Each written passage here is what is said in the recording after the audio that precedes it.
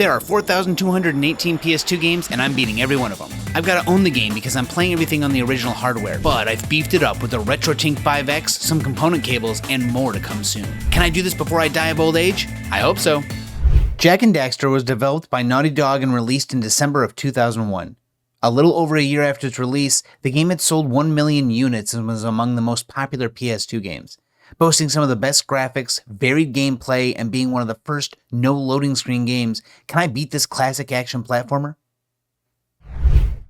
Jak and Daxter, the Precursor Legacy, is the first and one of the only few games I'll 100% in this challenge, mostly because of time constraints. But this one really didn't take too long. It looks like it took about 9 to 10 hours to 100% this game, and that's really short comparatively to most other games I'll play without getting 100%. Regardless of this, let's go ahead and begin the journey. The game begins with narration from a green eco-sage called Samos, who lives in Sandover Village. He speaks of an old civilization called the Precursors, whose gadgets, technology, and even ancient ruins surround them at all points all over this island, but no one really knows much about them. We get to see the two main protagonists, Jak, who we'll be controlling, and Daxter, the small... well wait, he's not a small orange dude like on the front cover yet. He's a normal kid, so I guess we'll see what happens there. We see them on a boat heading over to Misty Island, a place that Samos told them not to go. It has a thing called dark eco, and in this world there are 5 kinds of eco: red, green, yellow, blue, and dark. The dark eco is the only one that's fairly dangerous to everyone, and it's all over this Misty Island. He doesn't want them to go there because it's obviously not safe. But they are 2 young kids just looking to find something to do, so they head over to Misty Island and find themselves watching 2 figures talking to a bunch of monster things. These things are called lurkers, and they're just kind of inhabitants of this area. But the 2 figures talk to the monsters about stopping anyone from the village close by from leaving and to look for precursor technology and items. He also reminds them that soon they will be killing everyone in the village, which sounds a little bad. The kids talk about the precursor items, and when Daxter throws Jak a little precursor canister, it activates. In the opening narration, Samos did mention that Jak might have something to do with precursors for some reason or another, probably just intuition. But eventually one of those lurkers catch up to them and see what they're doing and attacks them. Jak throws the canister he has, it explodes on the lurker, kills the lurker, but it knocks Daxter into a pool of the dark eco. And when he comes back out, he is not his normal self. He is finally the Daxter we see on the front cover of game. This orange little Otzel? I think it's called an Otzel. Well, whoops, that sucks. Your whole body changed, man. So they go back to Samos in the next morning and he's like, yeah, I cannot help you change back. The only person who might know about that is the dark eco-sage, Gol Asheron, and he's not been talked to in a long time. In fact, he would be able to teleport us to that guy immediately to talk to him, but the other sages of the island have not had their portals activated for some time. It's fairly concerning, so we decide maybe we should go figure this out because this might have something to do with all of the weird stuff going on that Misty Island. How are we supposed to cross the lava though to get all the way to the other sages' portals? Well, Palmon from Digimon offers us this thing called a zoomer that will allow us to cross the lava as long as we get enough power cells. I think this woman's name is Kira. The first thing we must do is go through Tutorial Island, as always, and after that we can go to the villagers and around the regular island and see if we can find any more power cells. I finally get control of Jak and Daxter, and I'm able to move around a little bit, and the movement in this game is pretty good. It feels very solid. Running and jumping, moving around, platforming, it's all actually really fun. We have a couple melee attacks. We have a punch that lets us zoom forward just a little bit, as well as a spinning kick that has a wide, long-lasting hitbox that'll be used a lot more often because sometimes it's hard for me to tell where enemies are like in a depth perspective, and I just need the kick to like help me out sometimes. There's also a jumping uppercut, which I don't use very often except for some high to reach places because it does let you jump a little bit higher. And a few times there's a couple enemies that are a little bit weak to that uppercut just at the angle that they're at above you. We also have a roll and a leap, and this is probably my favorite part of traversal in these types of games. I want some kind of movement tech. I want something to do to make myself faster that I can either get good at or do bad at. That way I can get through things faster and mess up. You know, it's just the kind of thing I like. Running forward and doing nothing else is just boring. So this is really fun. So you can roll, which gets you a little extra speed, and there's also a leap. Coming out of a roll, you can leap forward really far and jump over long gaps. Of course, this also helps you move faster than your normal walking speed speed, so I'll want to do this quite often just to get around levels faster. Tutorial Island gives us a chance to learn exactly what it's going to take to get 100% in this game, and we get to look at the menu and see 3 different things we must collect on each area. There are Precursor Orbs, Power Cells, and Scout Flies, although the Scout Flies do end up just giving you a Power Cell in the end, so you must collect them no matter what. Of course, Tutorial Island is very easy to find all of the items in, so we're not going to talk very much about it, except for one thing, the blue eco that I find. There are 4 different power-ups, and one of them is the blue eco. When you pick it up, you become magnetic, pulling in boxes and treasure chests and Precursor Orbs, as well as moving faster and allowing you to get things quicker. We make it back to Sandover Village, and we're finally allowed to just kind of do things on our own. Obviously, Tutorial Island let us explore the whole thing by ourselves, but we are now able to explore the village and any areas surrounding that we can go into. And the first thing we do is we talk to some villagers to get quests. They will either ask you to do something very specific for them, or they want 90 Precursor Orbs and they'll give you a power cell. I head on over to the next area, the Forbidden Forest, and I 100% that area first, grabbing all the flies, the Precursor Orbs. There's also this structure in the middle of the level which has Precursor lasers, at least that's what Daxter calls them, coming out of the top of it, and it needs to reflect off these mirrors so that it can power up. During this time I find some blue eco that can actually activate these little blue circles you stand on and send you flying way up in the air when you jump. I also fight this small mini boss that's a plant, and after you kill him you get a power cell, but you also need to remember to ground pound him on the head to get the last Precursor Orbs. Someone in the chat said, man, you're gonna need to go back and check him out, and after I did I was like, oh thank god I did. There's also this weird little fish mini game that I beat. Someone said it might take me a minute to do, but I did beat it the first time. It's the only time in the game that I ever encountered it, so it's kind of weird that it's here, but you just kind of lay on your stomach and grab fish as they swim by with a net. There are some fish to avoid because it'll take your counter down, but otherwise it's just this one time. Once I finish fixing the lasers and getting everything here, I head back to Sandover Village and get almost everything there. However, I do need some more Precursor Orbs because in each of the villages there is an oracle who will offer you 2 power cells for 120 Precursor Orbs each, which is quite a bit, so I need to collect more. So I head over to the next area, Sentinel Beach, and begin working on that one. This level doesn't have anything too special except for a cannon that you can get on top of and fire, a pelican that steals one of the power cells and you can shoot at it with cannon, a lot of swimming, a quest from Samos the Green Sage, and some well-hidden Precursor Orbs. I also get to use Green Eco for the first time, and that really just kind of heals your health all the way to full and gives you all of the points towards the next piece of health. That way you can get the next piece quickly, which is really helpful, honestly, but it does the least of the different Eco power-ups. The next place I head to is the Misty Island, where we see bones from long extinct monsters and the lurker monsters from the beginning of the game. I also get to ride this cool water bike over the water and do some cool jumps, find some orbs in these random hidden places, go under some of the bones. It's actually pretty fun. They did a good job with controls for this and made it really smooth to drive. There's also this large arena where you fight several waves of monsters, and it's kind of difficult because they really gang up on you, so I've got to use the spin kick and kind of spin slowly away from them and try to hit the few sparingly that I can, because I die a couple times fighting like 50 monsters in a wave. Eventually we get all the way up to a cannon where we can shoot into the arena at some of the monsters coming at us. I'm now able to finish the entirety of Sandover Village, which means we've gotten all of the things I get up till this point. I've now collected enough power cells to use Kira's bike to get over the lava, and this section is actually kind of difficult. As you're driving over the lava, your bike overheats, and the only way to keep it cooler is to jump into these balloons that have water inside of them. If you miss one, most likely you're probably gonna have to start over. I'm not sure how it is that I gain more heat sometimes and less heat at other times. Maybe it's the solid pieces of lava that gain you the least heat while the open pieces of lava gain you the most heat. I'm not sure, but sometimes I'm able to make it just fine and other times I die very, very early on in it. And you see, that's not the only thing. Because I'm going for 100%, I've got to go through it a couple times to get all of the Precursor Orbs, because you have to keep going to make it alive. So I have to come back and make sure I search every nook and cranny for the last ones. I make it to the Blue Sage's portal and activate it to let Kira and Samos through. Now that the portal is open, I can go back and forth from this one to the one in Sandover Village. But Samos says, hey, this place is in disarray, something happened here. And we see at the other end of the village a big, huge lurker called Claw throwing boulders into the village, and he's blocked off path up to him, and that's the only other way to get to the next portal. So we have to collect 25 more power cells so that we can use them to activate the levitation machine to move the boulder out of the way. We're now in Precursor Basin, where I grab all the quests and grab as many things as I can before I head to the first area I'm going to 100%, which is Lost Precursor City. This level takes place in an underwater base from the Precursors, and it has some really cool elements to it. Pressing buttons to make platforms appear over hazardous water, and this was actually kind of difficult because you have to move quickly if you want to get to where you're trying to go. Then we also have platforms that are side by side, and when you step on one of them, the other circles around, and then you can kind of make your own path around this area, which you have to because because there's lots and lots of stuff around this area. But if you fall off, you must find your way all the way back up to a platform that connects to these two, because at that point you've already moved them far away, so you might have accidentally screwed yourself. There are a few slides you have to slide down and grab all the precursor orbs on the way down, otherwise you're gonna miss them and have to come back, and I had to do that 2 separate times. At the end of one of the slides, we grab a power cell, and suddenly dark eco starts filling the chamber, and I have to platform like crazy to get away from it.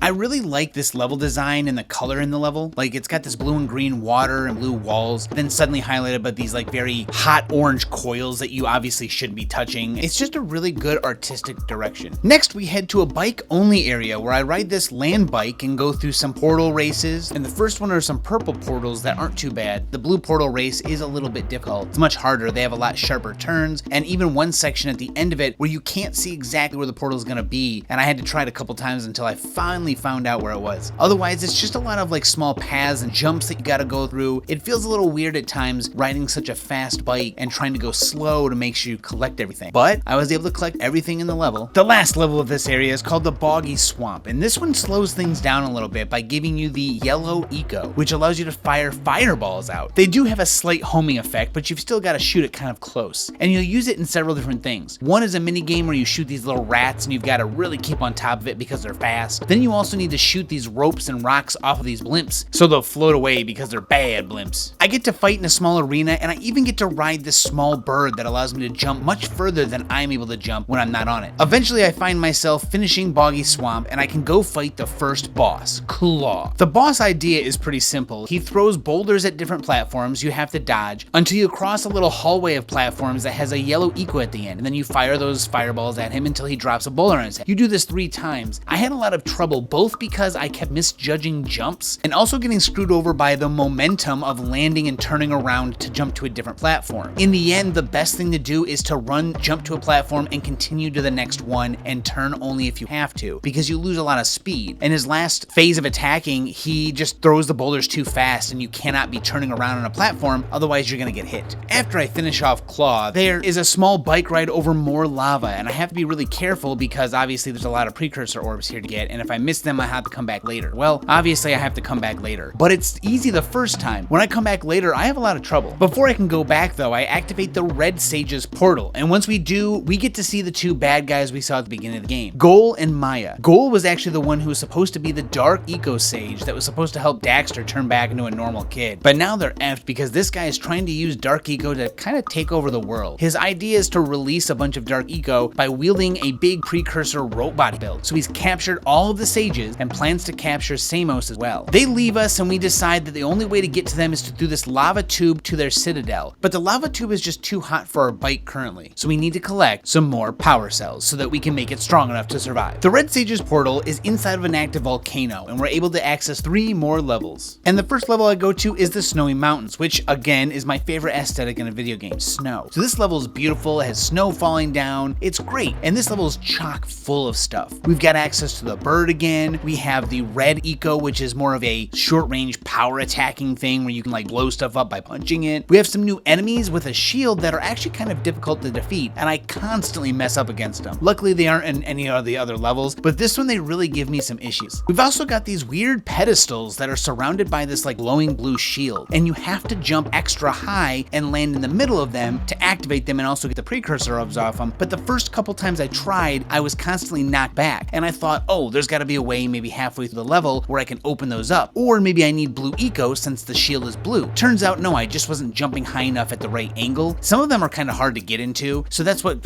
stopped me from doing it, so I had to come back and do all of them near the end of the level. There's also a couple precursor orbs hidden underneath some snow in a very specific spot in the level, and I don't know how I was supposed to find out about them. Someone mentioned that I was going to miss them. They just said, hey, go back to that snow, check it, because there's some precursor orbs you're going to miss. And even with that direction, I still couldn't find them right away. I eventually found them after wandering around in the snow for a bit, but man, those suck. After I finished the Snowy Mountains, I actually go back to that biking section from earlier to find the last of the precursor orbs I missed, and god damn is it hard to find them. They just blend into the background a little bit. In fact, you have to go that certain way with the bike to really see them. We didn't even see them until I was right on top of them and getting them. I don't know what I was supposed to do otherwise. Okay, now that that's out of the way, the next area I go to is Spider Cove, and it's not just spiders. There's also like centipede, millipede type bugs that crawl on these big pillars. You've got to hit them with the yellow eco to knock them down and get a bunch of the precursor orbs, because all of them at least carry one, at least the first time you kill them. So you've got to kill all of them eventually. This level has a lot of verticality to it and a lot of enemies all over the place. You've got the spiders and the millipede, you've got some lurkers with drills, and because you have to jump up and down a lot to different platforms, the risk of falling all the way back down to the beginning and starting over that section is very real. I've also got some dark eco crystals that are hidden around the level that you have to break, as well as blue and yellow eco to use all over the stage, and a very special power cell. This one is hidden from the last area, right at the entrance to this one. As long as you can collect enough yellow eco and run all the way back to the entrance, you can fire it up just in time to break a box with this power cell in it, and it'll come down for you, and that's like this cool extra power cell. After this area, the last area before the citadel is the lava tube, where we have to ride the bike through once we have enough power cells, which of course I do. I've been getting all of them. I come back to the portal just to get the last couple precursor orbs before the last part of the game, and I step into the citadel. And by step into the citadel, I mean crash the game. Actually, this is the second time I've crashed. It's very weird. When I get back in, I get a cutscene that shows that Samos has been kidnapped as well. I mean, all the other sages were, and they told him he was going to be kidnapped, so this isn't a surprise. Kira tells us this is the last part of our adventure because we have to save everyone, otherwise we're all going to die to the dark eco, or I don't know what's going to happen, but it's not going to be good. So we have to go in and save all the sages who are tied up in this citadel. This is mostly a set of jumping puzzles with a lot of verticality, moving pieces, and we still collect all the things we normally collect: scout flies, precursor orbs, and power cells. They aren't hidden or anything like that, mostly because the jumping puzzles are already difficult enough. One I see a couple times is different colored tiles that come up and form a bridge. If you jump on one colored tile, all of the similar colored tiles will fall. So you have to make sure that you leave yourself enough path to get to the end, or you're just gonna fall straight down. Every time I save one of the sages, I get another power cell until I eventually hit the last couple eggs and the last power cell and the last scout fly at the very last section of this level. Perfect. Once all the sages are saved, Gol and Maya come up and say, we're still gonna destroy the world. You're here to see the rebirth of the new one, and get inside their robot. The other sages join their power together to open up the barriers so that I can actually attack the thing. But no one knows what I'm supposed to do. So here's what happens in the last boss battle. There are several different phases where you have to pick up the yellow eco to shoot fireballs at him to deal damage. Every so often he'll set a bomb in the middle of the stage, and you have to pick up blue eco and use a blue jump way up in the air to get away from the explosion. During this time you'll be dodging these huge orange blasts that they shoot out of the robot, some of them landing on the ground to make waves, some of them just being powerful and big and shooting across the stage.